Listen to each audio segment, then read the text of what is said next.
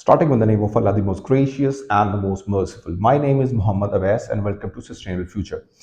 आज जिस टॉपिक पे हम बात करने वाले हैं वो बहुत ही इंपॉर्टेंट टॉपिक है उन कैंडिडेट के लिए जो जिनके ऑलरेडी एडमिशन्स हो चुके हैं, जिन्होंने अपने UKVI के अंदर वीज़ा एप्लीकेशंस प्रोसीड कर दी हैं and they are waiting for the response. अच्छा, इसमें आजकल मोस्टली मुझे कॉल्स के रिलेटेड आती हैं कि सर हमने अपना UKVI का एप्लीकेशन जो है वो हमने सबमिट कर दिया है, लेकिन we are waiting for the response. It's almost more than 10 15 20 25 days, but they are not responding on time. So मैंने थोड़ा सा रिसर्च किया इस बारे में और कुछ हमने रीजंस आइडेंटिफाई किए हैं कि किन रीजंस की वजह से आपकी एप्लीकेशंस डिले होती हैं। अगर तो फॉर एग्जांपल अगर आपका डिले होने का रीजंस इन 6 के अंदर आता है, then you have to wait for the response. और अगर अगर आप समझते हैं कि आप इन 6 रीजंस में नहीं आते, देन थोड़ा सा अलार्मिंग चीज है। आपको जो है वो UKVI को अपडेट के लिए ईमेल्स करनी है या फिर कंप्लेंट्स करनी है, ताकि जो है आपके इश्यूज रिजॉल्व किए जाएं। क्योंकि you have to travel before your deadline. जो एनरोलमेंट की डेडलाइन है उससे पहले पहले आपको ट्रैवल करना है, वहां पहुंच के अपनी एनरोलमेंट करवानी है। हमने कुछ 6 रीजंस हैं जो मैंने आइडेंटिफाई किए हैं, आप इनको सुने और इफ यू थिंक कि आप इन 6 के अंदर आते हैं, then you have to wait for the response. फिर आपको कोई उनको अपडेट या कंप्लेन करने की जरूरत नहीं है, आपकी जो एप्लीकेशन का डिसीजन है वो ऑटोमेटिकली आ जाएगा। सम टाइम आपको जो ईमेल्स कुछ रिसीव होती हैं जिसके अंदर ये लिखा हुआ है कि your case is not straight forward. ये जो मोस्टली ईमेल्स होती हैं ये ऑटोमेटिक ईमेल जनरेट करते हैं। तो अगर आप किसी भी कैंडिडेट को इस तरह की ईमेल आती है, सो टेंशन लेने वाली बात नहीं है। ड्यूरिंग प्रोसीजर्स वो अपने प्रोसीजर फिलअप करेंगे और उसके बाद फिर आपको डिसीजन के लिए ईमेल आ जाएगी। इसमें कुछ आइडेंटिफाई हमने चीजें की हैं। फॉर एग्जांपल, जब आप अपना UKVI का एप्लीकेशन उनको सबमिट करते हैं, तो उसमें आपने काफी सारे डॉक्यूमेंट्स आपने सबमिट करने होते हैं। वो सबसे पहले जो वीजा ऑफिसर होता है उसकी रिस्पॉन्सिबिलिटी होती है कि वो सारे के सारे डॉक्यूमेंट अच्छी तरह चेक करे, ठीक है, उसमें कोई डॉक्यूमेंट फेक तो नहीं है, उस पर चीज चेक करे। अगर उसको किसी डॉक्यूमेंट के ऊपर डाउट है तो वो एक स्पेसिफिक UKVI जो है वो, फॉर एग्जांपल अगर आपकी बैंक स्टेटमेंट फेक है तो उसको थोड़ा सा वर्किंग उस पर वर्किंग करे। एजुकेशनल डॉक्यूमेंट्स जो आपने सबमिट करवाए हुए हैं, अगर वीजा ऑफिसर को डाउट होता है तो वो ये सारी की सारी चीजें जो हैं वो वेरीफाई करता है। बैंक स्टेटमेंट्स हैं तो बैंक से वेरीफाई होंगी, एजुकेशनल डॉक्यूमेंट्स है तो वो स्पेसिफिक यूनिवर्सिटी से वेरीफाई होंगे। सम टाइम आपकी जो डॉक्यूमेंटेशन की वेरिफिकेशन होती हैं उसमें प्रोसीजर में टाइम लग रहा होता है। अगर उसमें टाइम लग रहा है तो then definitely it will take almost 20 to 25 days. Mostly आपकी जो, अगर फॉर एग्जांपल आपकी कोई भी डॉक्यूमेंट फेक नहीं है, ओरिजिनल डॉक्यूमेंट्स हैं, आपको किसी तरह की भी ईमेल आती है तो टेंशन लेने की जरूरत नहीं है, ऑटोमेटिकली आपको डिसीजन पॉजिटिव आएगा।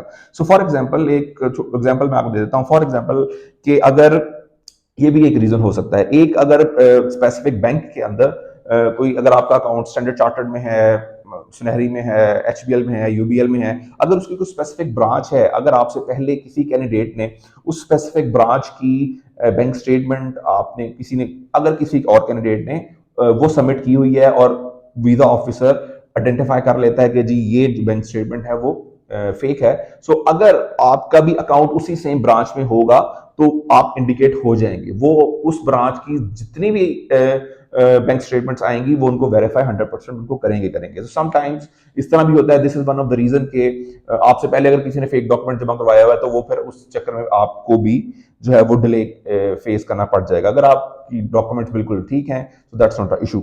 सेकंड है कि volume of document. Some time जो कैंडिडेट है वो काफी सारे डॉक्यूमेंट जमा करवा देता है, तो उसमें फिर टाइम टेकिंग प्रोसीजर होता है कि वो एक एक डॉक्यूमेंट वेरीफाई कर रहे होते हैं। मोस्टली केसेस के अंदर लाइक अगर बिजनेस वीजा है, डिपेंडेंट वीजा है, या फिर आपका Tier 2 का वीजा है, स्पॉन्सरशिप वीजा है, उसके अंदर टाइम टेकिंग प्रोसीजर्स होते हैं क्योंकि वो केसेस थोड़े से कॉम्प्लिकेट होते हैं rather than student visas. Student visas is a different thing. ये तो स्ट्रेट फॉरवर्ड है कि आपने कैसेस लगाने हैं, बैंक स्टेटमेंट लगानी है, एजुकेशन डॉक्यूमेंट्स लगाने हैं, दैट्स इट, आपको वीजा आ जाना है क्योंकि आप उसके पॉइंट्स पूरे कर रहे होते हैं। On other side dependent case है या बिजनेस केस है, उसकी जो प्रोसीजर्स होते हैं वो थोड़े से ट्रिकी होते हैं। That's one of the reason. And third is, अगर आपका कोई क्रिमिनल रिकॉर्ड है वो उसको वेरीफाई कर रहे होते हैं कि अगर कोई आपका क्रिमिनल रिकॉर्ड है, आपके ऊपर कोई FIR है या फिर किसी भी तरह का कोई जो है वो आप किसी चीज में इन्वॉल्व हुए हैं, लाइक टेररिस्ट एक्टिविटी में या वट एवर, तो वो उसको भी वेरीफाई कर रहे होते हैं। इसके अलावा सम टाइम अगर वीजा ऑफिसर को लगता है कि आपके डॉक्यूमेंट्स में उनको डाउट लग रहा हो, तो वो आपका इंटरव्यू भी कंडक्ट करते हैं। So this also take a time for the whole procedure. So interviews में भी थोड़ा टाइम लग सकता है। इसके अलावा जो मोस्ट इंपॉर्टेंट और कॉमन रीजन होता है वो होता है जी capacity of case workers. For example for last 2-3 years application जो है वो बहुत ज्यादा सबमिट हो रही हैं यूकेवीआई के अंदर।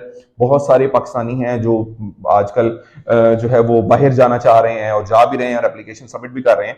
सो लाइक फॉर एग्जाम्पल अगर एक जगह पे 10 एप्लीकेशन फाइल होती थी, तो अब उन 10 की जगह 100 एप्लीकेशन हो रही हैं। सो उस सिनेरियो के अंदर जो यूकेवीआई की टीम, वीजा ऑफिसर्स की टीम है, अगर वो 50% बैठे हुए हैं वहां पे, तो 50 को 60 कर देंगे या फिर 70 कर देंगे। वो 50 को उठा के 200% तो हायर नहीं कर सकते फॉर दैट 100 स्टूडेंट्स और समथिंग लाइक दैट। सो जो केसेस बहुत ज्यादा जा रहे हैं और कैपेसिटी उनके पास कम है, so this is a main reason के डिलेज आ रहे हैं। सो आपको वेट करना है फॉर योर डिसीजंस।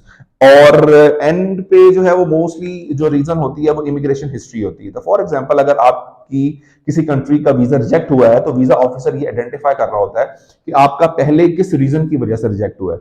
क्या वो रीजन दोबारा तो नहीं, आप उसको दोबारा जब आपने वीजा फाइल किया तो वही मिस्टेक आपने दोबारा तो नहीं की। So this is one of the reason कि उसमें भी टाइम टेकिंग प्रोसीजर्स होते हैं, क्योंकि वो आपका चेक एंड बैलेंस जो है वो पीछे इमिग्रेशन हिस्ट्री चेक कर रहे होते हैं। इसके अलावा फॉर एग्जांपल अगर आपको डिलेज आ रहे हैं, तो आप उनको एक ईमेल ड्रॉप कर सकते हैं। मैं बायो के अंदर उसका लिंक ऐड कर दूंगा ईमेल्स का, जिसपे आप उनको उस ईमेल के अंदर, ड्राफ्ट के अंदर आपने उनको आइडेंटिफाई करना है अपना GWF नंबर, अपना फुल नेम, अपना पासपोर्ट नंबर और डेट ऑफ बर्थ। ये आपने उसमें मेंशन करनी है। साथ उनको बताना है कि जी हमारी स्पेसिफिक जो है वो इनरोलमेंट की डेट है, और उस डेट के अंदर जो है वो आपको आपको उस डेट से पहले वहां पहुंचना है। So you can proceed my application as soon as possible, ताकि आप उससे पहले वहां पहुंच के और इनरोल हों। और अगर फॉर एग्जाम्पल आप अपडेट के लिए ईमेल करते हैं और वीक 10 डेज तक आपको रिस्पॉन्स नहीं आता, then you will go for a complain stuff. So वहां पे अपडेट का डिपार्टमेंट और है, कंप्लेन्स का डिपार्टमेंट और है। सो अगर आपको अपडेट के रिलेटेड ईमेल्स रिस्पॉन्स उनका नहीं आता, then you will go for a complain department. वो उसका भी लिंक मैं जो है वो बायो में ऐड डाउन कर दूंगा। और उसमें भी सेम आपने ये स्टफ लिखना है कि जी अपना GWF नंबर, अपना फुल नेम, अपनी डेट ऑफ बर्थ और योर इनरोलमेंट डेडलाइन, और वो उनको चीज आइडेंटिफाई आपने करनी है कि इस डेट से पहले पहले मुझे वहां पे पहुंचना है। और यही चीज आपको हेल्प आउट करेगी अपनी यूनिवर्सिटी के लिए। फॉर एग्जांपल वीजा डिले हो जाता है, तो एटलीस्ट आप यूनिवर्सिटी को इन्फॉर्म कर सकते हैं कि मैं यूकेवीआई को ऑलरेडी कंप्लेन लॉन्च कर चुका हूं, कि जो मेरा वीजा है वो as soon as possible proceed किया जाए, ताकि मैं यूनिवर्सिटी जाऊं। तो यूनिवर्सिटी भी इस चीज को देखते हुए आपको रिलैक्सेशन जरूर देगी।